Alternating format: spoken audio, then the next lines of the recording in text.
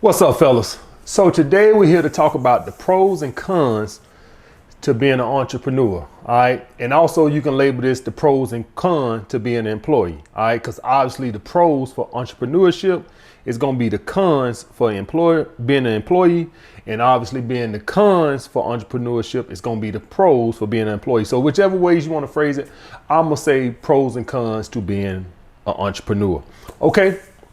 So I saw the last purpose video I did very well. And so I said, hey, if it's working good, stick with it. Of course, I already know some of you motherfuckers gonna be, man, you know, AMS, man, don't get carried away with these purpose videos, motherfucker. All right, one every 3 months we could do, but don't, all right, now we let the last one slide, but we ain't gonna turn this into no goddamn purpose channel now. I know some of you goddamn guys, most of you guys are like that, right? 90% of you guys over here don't care about no purpose or whatever. I came over here for the bitches, all right?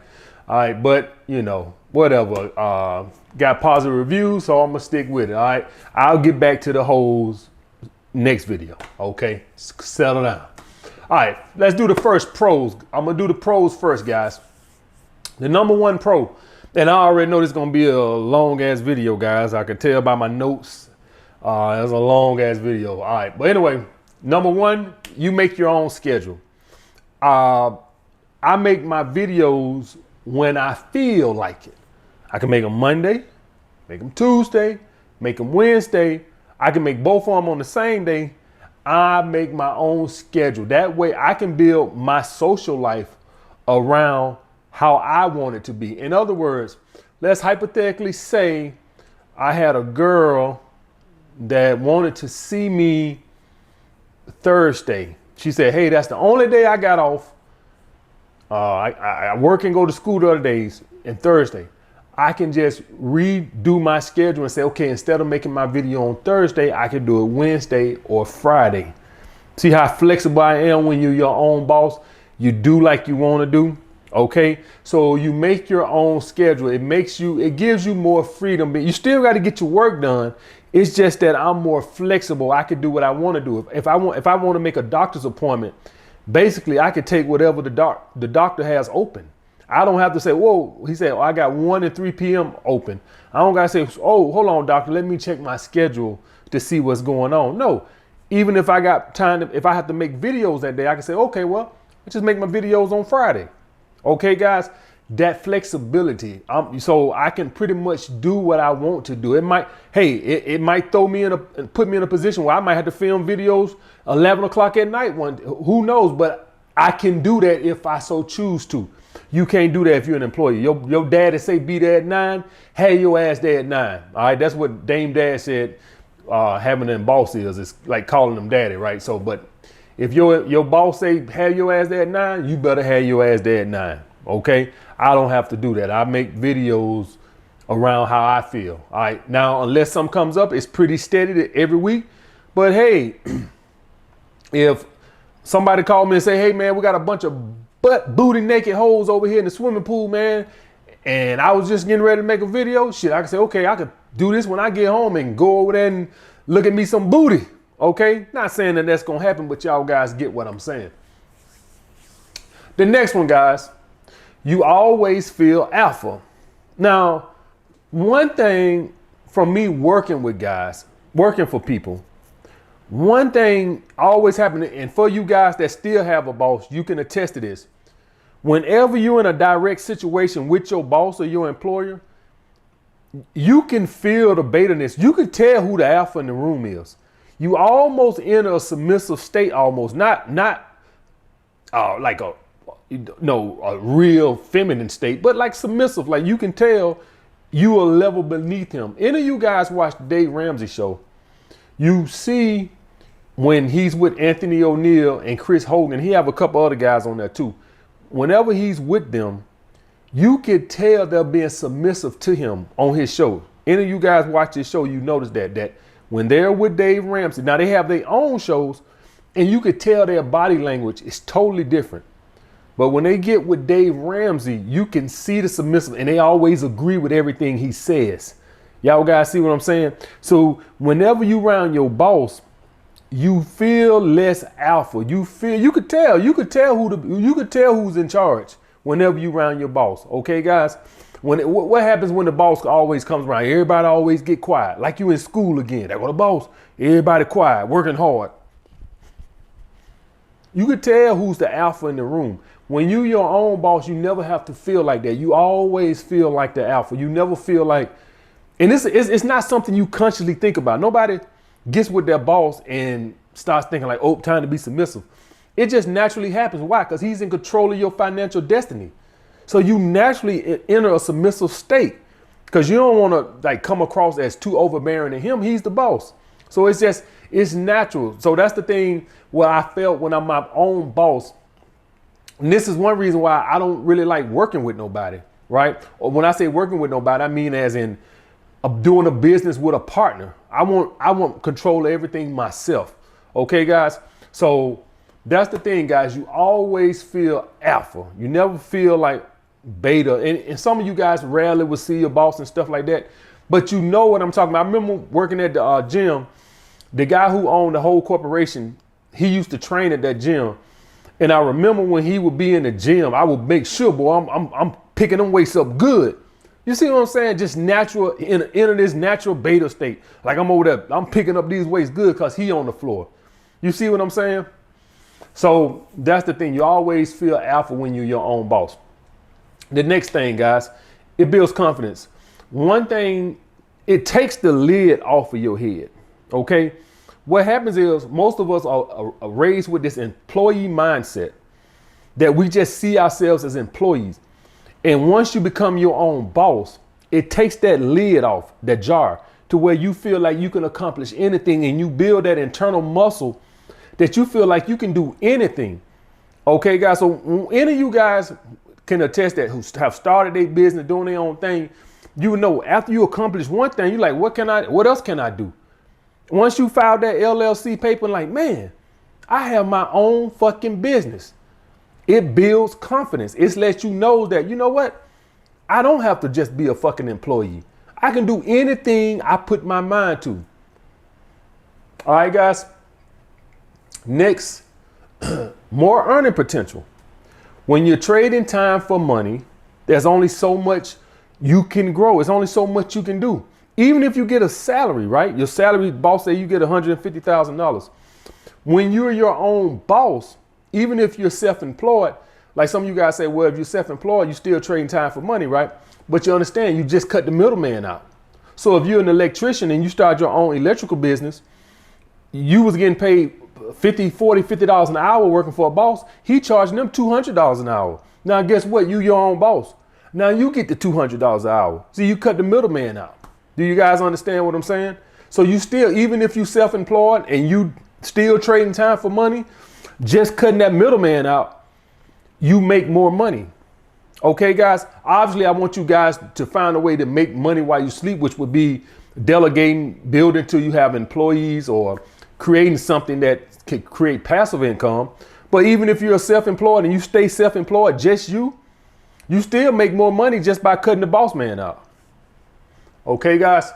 All right. Next, you control your own destiny. Now,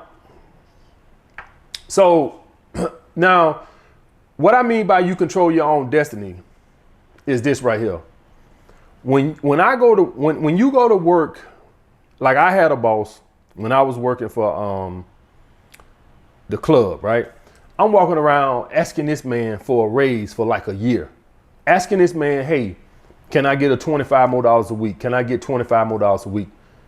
He's like, oh, okay, I'll talk to the owners about it. Never got that raise. You know what I can do if I want a raise right now? Put out more videos, write another book. I control how much I make. I don't have to go ask nobody. If I really wanted to, I could create another channel. What channel you going? The water bottle drinking channel. They don't give a fuck. Create another channel and put out some more fucking videos. They don't stop worrying about what channel they're going to be. I can do that if I want to and make more money.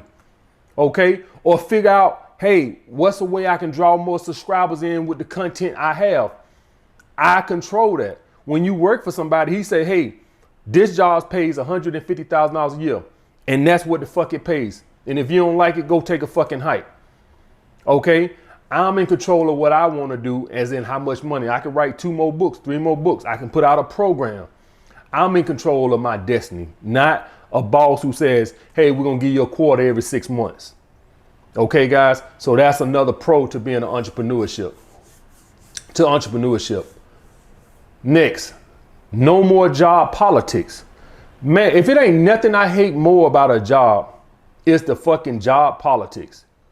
Kissing ass to get promotions or special privileges.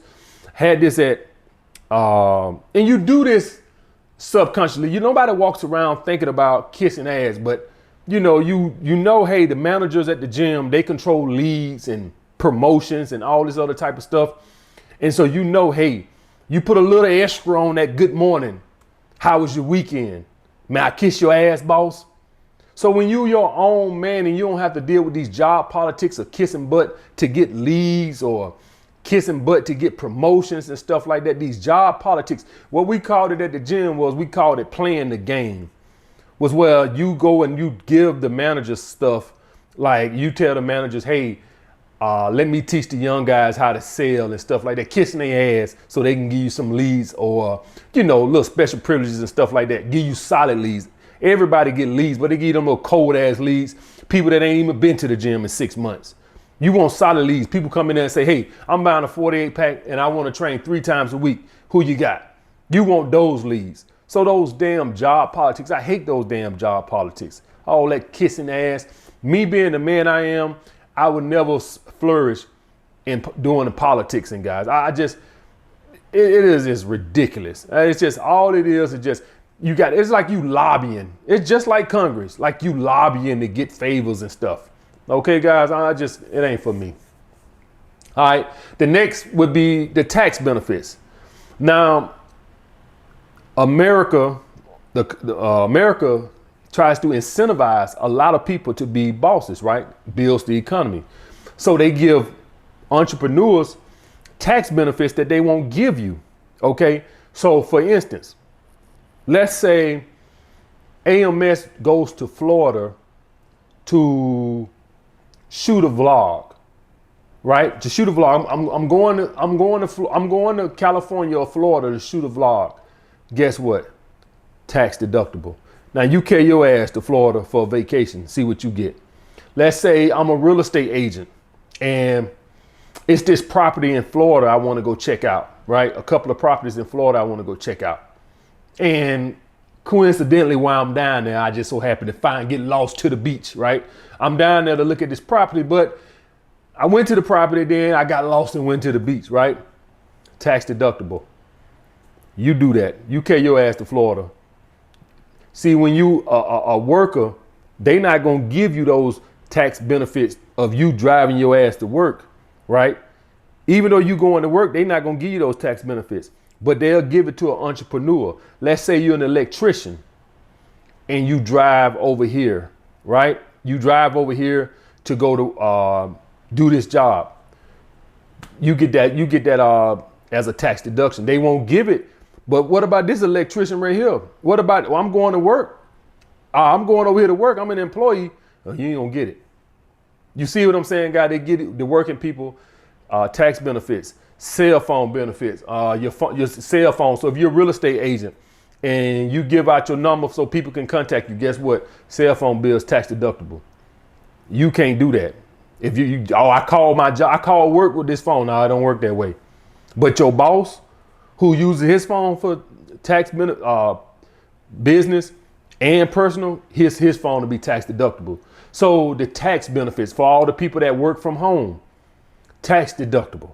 I hate when I'm like, how guys argue me on this, that's not, like, do y'all guys talk to a CPA or do you just think of this shit? Ask any CPA.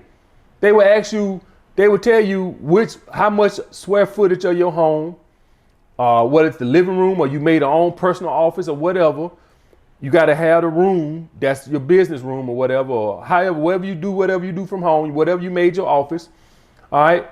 And then that's tax deductible. Guys try to argue me on this. I'm like, you can call in a CPA and they'll tell you this ain't even common sense. Guys try to argue me on that's because you're an employee and you don't know that. but that's tax deductible. Okay, long as you turn into profit, I should say, long as you turn into profit. Okay, you got to be turning a profit. It don't work, goddamn, getting a deductible and your ass made $10 this year. No, but if you made $300,000 this year or $200,000 this year and you work from home, then yes, that's the way it works, guys. And they want to keep it like that. They want to incentivize people to be bosses because it creates jobs. Okay, guys. Next, situational alpha. So when you are entrepreneur, I'm not saying do this, but it does happen. So I have to talk about it. When you're a situational alpha, when you're the boss, and if you have female employees, it's likely that you're going to fuck them all, or quite a few. Had a couple of friends back home that had clubs. They fucked all the waitresses. All right. I'm not saying that's good. Of course, we got Me Too now. This before Me Too. All right. Now it's definitely not a good idea. But back in the day, use that alpha, use the head guy in charge. The managers that used to train at the gym was the managers of the gym. They're both now married to trainers, to female trainers that worked under them. Shocking, isn't it? Yes, both of them. See them on Instagram. Both of them have got married. One has 3 kids, and the other one still don't have no kids. Well, I ain't checked his page in a while, but maybe he got a kid now. But they both are married now to the females that were training while I was there. I know both of the females. Shocking, right? I wonder why the women found them attractive. All right, let's talk about the cons. All right. Now the cons. The stress, guys. Pleasing customers and all this other stuff. So when I had my security company, I would get these flamed and just angry emails from club managers just tearing in my ass about I got bad help and this, that, and the other. And, we don't know if we can continue to do business. You get these type of emails as the boss. And when you're an employee, you just go to work. You don't get that. You don't get chewed out. I remember when I was bouncing, doing security work for somebody, the guy I was working for was telling y'all don't get the emails that I get from the boss. He would come around there and tell us we need to dress right and do this, that, and he's like, y'all don't get the emails. I get those emails. And then I know when I got my own security company, I see what he's talking about, because the managers wouldn't tell us because we're 300-pound, we're 6'4", 300-pound bouncers. So he's scared to tell us. He'll tell our boss and let him tell us, because the guy that we work with, the manager of the club, he's scared to step to us like that because he's scared he might get his ass whooped. So he tells our boss, and that's the way it works. So when I have my security company, they never tell the guys. Scared he gonna get his ass whooped. He tells me, he emails me. So you have to deal with this stress of customer and all this other just complaints and this, that, and the other. It's just, you have to deal with that. When you're an employee, you don't deal with that. You just go to work and you deal with your stress of your boss getting on your ass, but it's nothing like the customers. It's nothing like, oh man, they just cry about every little thing. Some stuff they would complain to me about, I wouldn't even tell my guys. I'm like, man, it's just nitpicking. But that's what they do. They just nitpick. Any of you guys who got customers, you know what I'm talking about. Customers that nitpick. Any of you guys got a food service. Oh, the tomatoes was cold. The food was cold. That's that. Just bitch and complain, bitch and customers are some of the fucking biggest crybabies you ever seen in your fucking life. Just complain. Every time you turn around, they complaining about something. Never fucking happy. So you have to deal with that stress, guys. Another con to entrepreneurship is the healthcare costs. Right now, I pay over $400 a month in healthcare. Any of you guys working for somebody, you don't pay that. You pay what, $30 a week? Maybe tops 50, right? I'm paying over $400 a month, self-employed. Okay, so you're gonna have to deal with those high-ass healthcare costs. You ain't got nobody helping you. All right. Next, family and friends think you make more than you do. So when you become an entrepreneurship, everybody's a millionaire, right? If any of you guys going to open your electrical business or become a plumber, open your own plumber business, guess what? Everybody around you now thinks you're a millionaire, thinks that you have money coming out your ass. So you're going to have to deal with that, with people thinking you make more than what you make. All right. Now I make good, but for some of these other companies, some of you guys that are starting your business, after you pay expenses and things like that, you probably gonna be just having enough, at least till you build it, to get by yourself. But you're gonna have family and friends just think like, oh, hey, I need, can you let me borrow $300 or whatever? They probably won't ask you the first couple of years, but once you probably like 3 or 4 years in, Williams Plumbing Service, and you've been in business 4 or 5 years, even though you just making 100 grand or something, they thinking you make $1 million. Okay, so you're gonna have to deal with that. When I first started my security company, everybody, when I ain't even got a contract yet, people thinking like, just because I got these damn business cards, thinking I'm rich. All right. Next, the estimated tax payments. Woo, boy. Oh my God. See, when you getting your taxes taken out your check every week, you don't think too much of it because it's a little bit every week. When you have the estimated tax payments, that means you pay taxes like every 3 months, 4 times out the year. Especially if your business is doing good, every time you pay your taxes, you think, I could have bought a luxury car with that. It blows your mind. So for all you guys now who paying taxes and you get your check and it's $300 taken out, $400 taken out, you see it, but it's like, okay. So let's say $400 a week, right? So let's say you was doing estimated tax payments. So that's $1,200. Oh no, that's $1,600 a month. So for 3 months, that would be $4,800. Could you imagine looking at your bank account and $4,800 was deducted out your bank account the previous day? All right. Now take it to somebody who making like some real good money. It's like crazy. My estimated tax payments are more than what I used to make twice in a year as a bouncer for one estimated tax payment. It blows my mind. It's like, no matter how much money I make, it just seems like, good Lord. And you're like, man, that is a Mercedes. Good Lord. So seeing those estimated tax payments, especially if you're making some money, it hurts more than if they just took it out every week, it don't hurt as bad. But when these estimated tax payments come around, man, ooh, man, they sting. Ooh, man, they sting. All right, next con to entrepreneurship, making yourself work when you don't feel like it.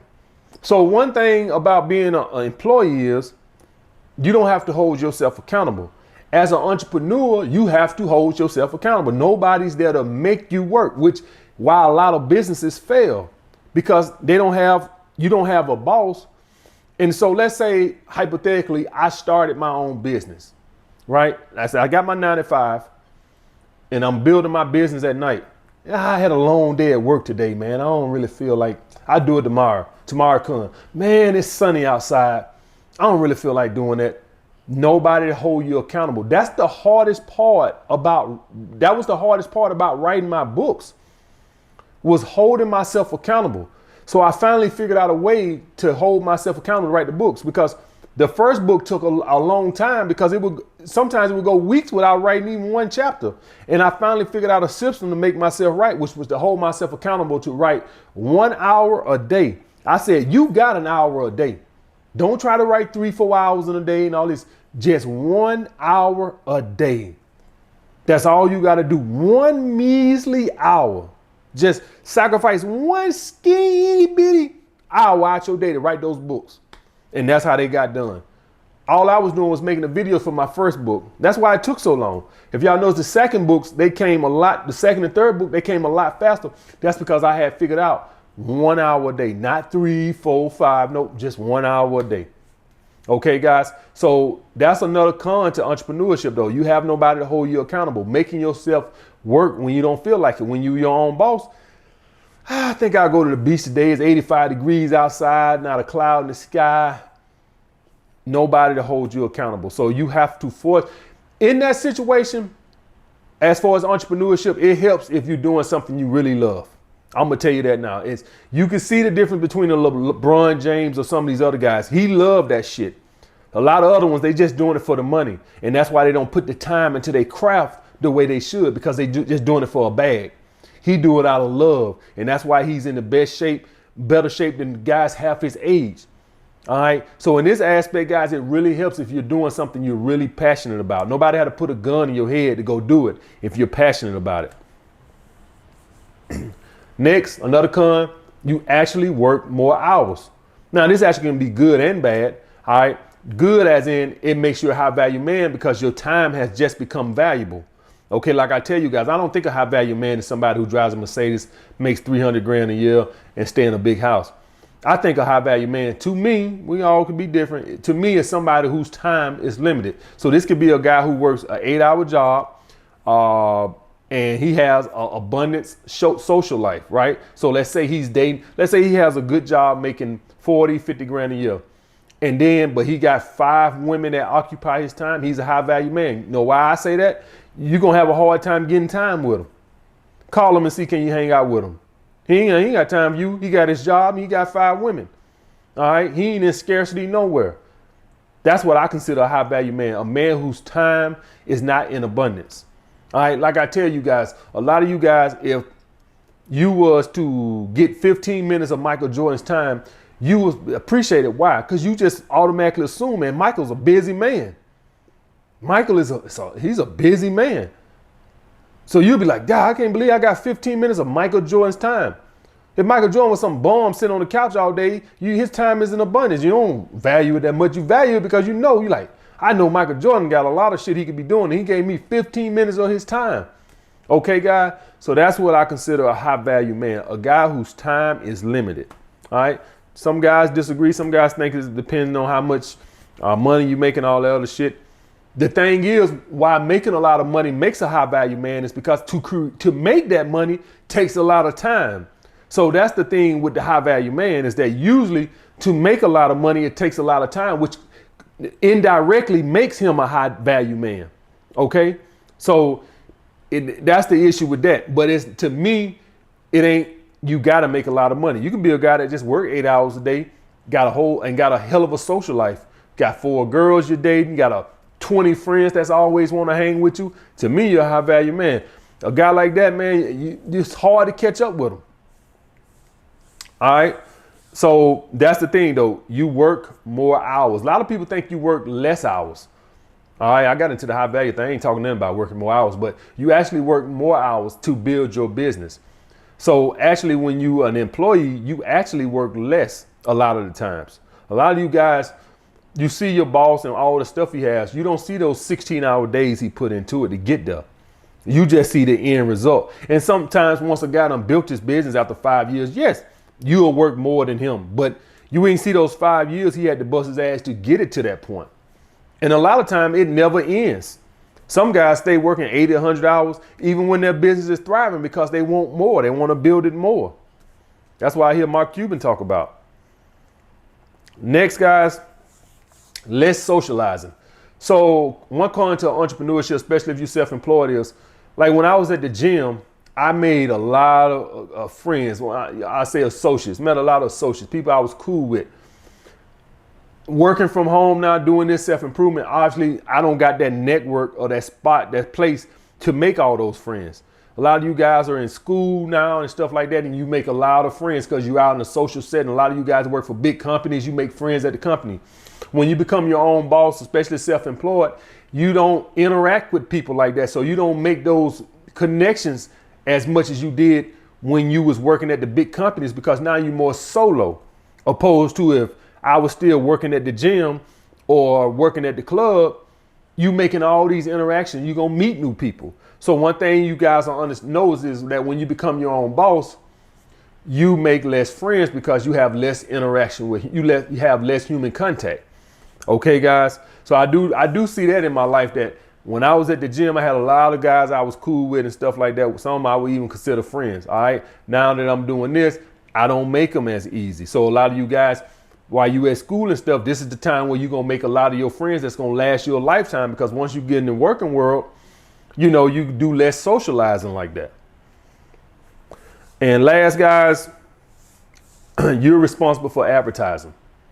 So when any of you guys who work for big companies and stuff like this, you just go to work and work. You don't think about, man, what's our customer acquisition cost? You don't think about that type of stuff. You don't care.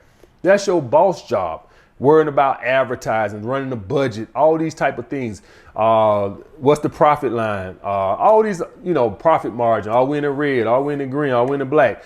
worried about all that type of stuff. And so you don't have to worry about that. You go to work, you work, and your boss is up there worried about, okay, what's our marketing budget and all this other type of stuff. So you don't have those little things. When I worked for the gym and stuff like that, I didn't worry about, oh, how are they getting customers and stuff like that. I just come in, I train, I let them deal with all that. Okay, guys? So you responsible for getting new customers, your advertising budget. When you're an employee, you don't have to worry about crap like that. You just come to work. When I was training at the gym, I was just, coming there training. I didn't care less of how they was getting customers. None of my concern. That's their concern. Okay, guys? So these were the pros and cons to entrepreneurship. To me, the pros still outweigh the cons. I want all you guys to be entrepreneurs, man. It's a great life. It do got some cons, but I'm telling you, any of you guys start your own business, you'll agree that it is worth it. With the little cons that come with it, the pros definitely make it worth it. All right, I'll get back with you guys later.